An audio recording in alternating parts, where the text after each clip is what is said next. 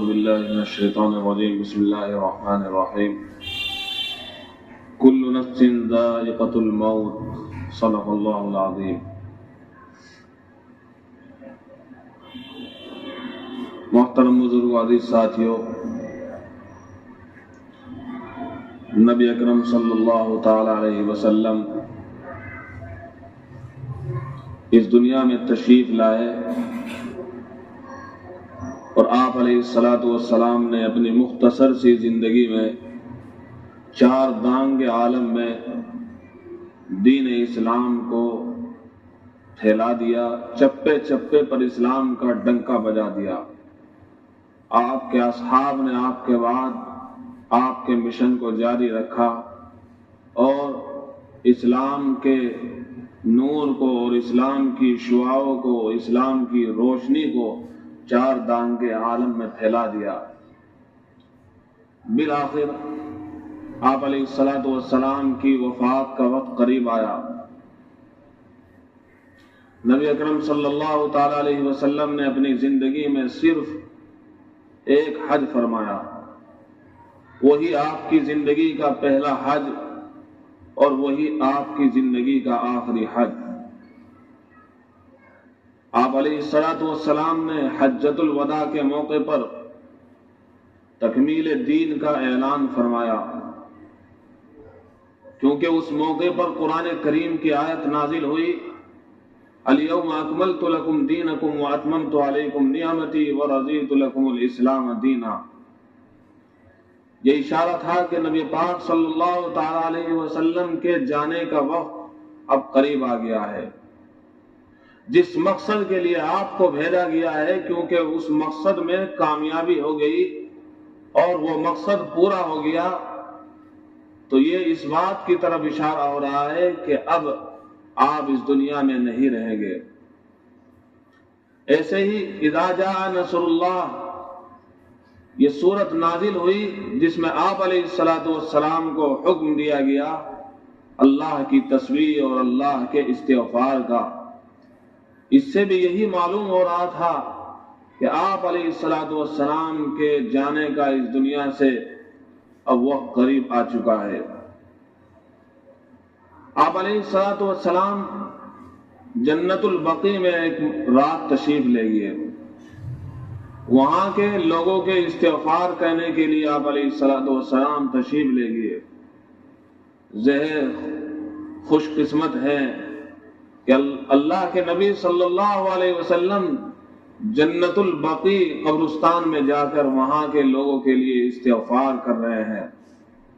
اللہ کرے ہمیں بھی یہ سعادت نصیب ہو کہ جنت البقیع میں اللہ تعالی ہمارا حصہ شامل فرمائے۔ جنت البقیع سے آپ علیہ الصلاۃ والسلام ہو کر آئے تو آپ گھر میں تشریف لائے۔ آپ نے اپنے درد سر کی شکایت پیش کی کہ میرے سر میں درد ہو رہا ہے۔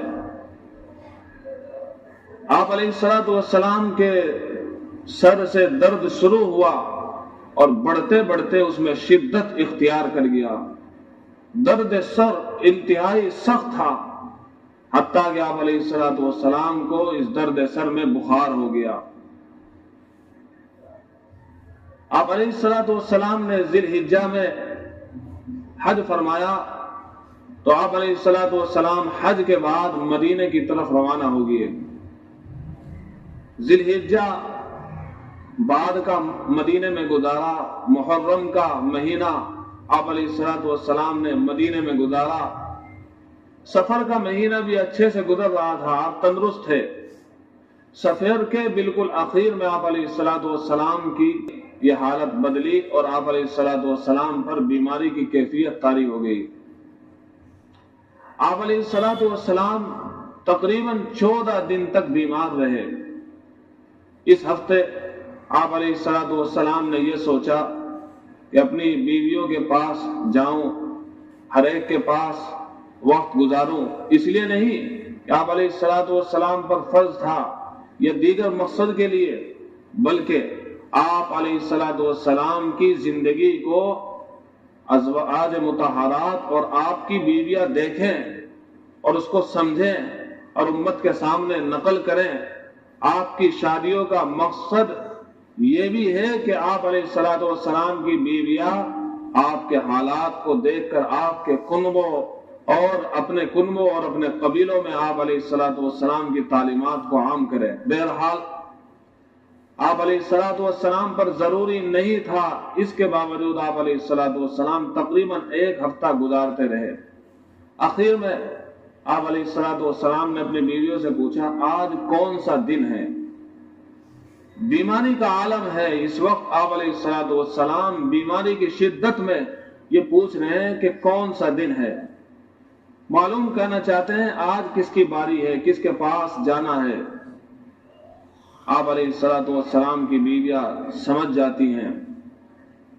سب کے مشورے سے آپ علیہ الصلوۃ والسلام کے لیے آپ کی بیویاں یہ مشورہ دیتی ہیں کہ اگر آپ کو حضرت عائشہ کے گھر میں سکون ملتا ہے تو ہماری طرف سے اجازت ہے، آپ ان کے گھر میں وقت گزار سکتے ہیں۔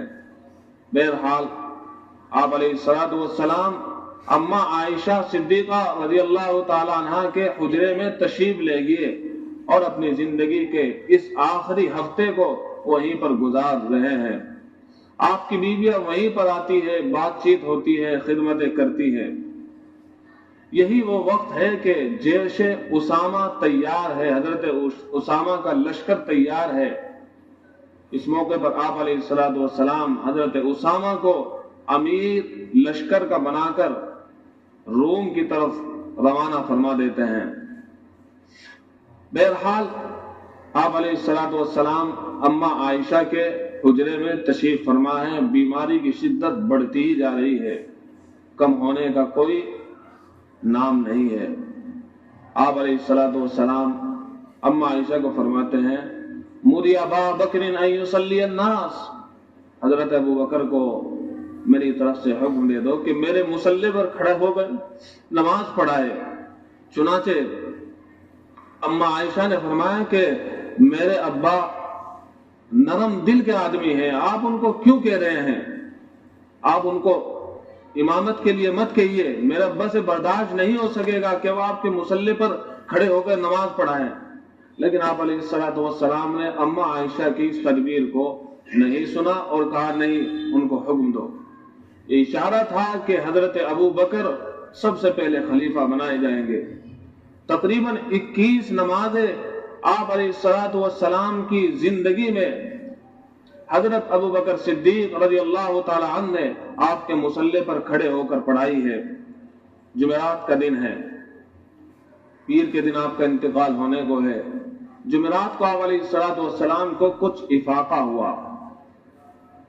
آپ صلی اللہ علیہ وسلم نے حضرت عباس اور حضرت علی کو بلایا اور ان کے کاندھوں پر آپ علیہ الصلوۃ والسلام نے اپنے ہاتھ ٹیکے، اور آپ علیہ الصلوۃ والسلام اس طور پر جا رہے تھے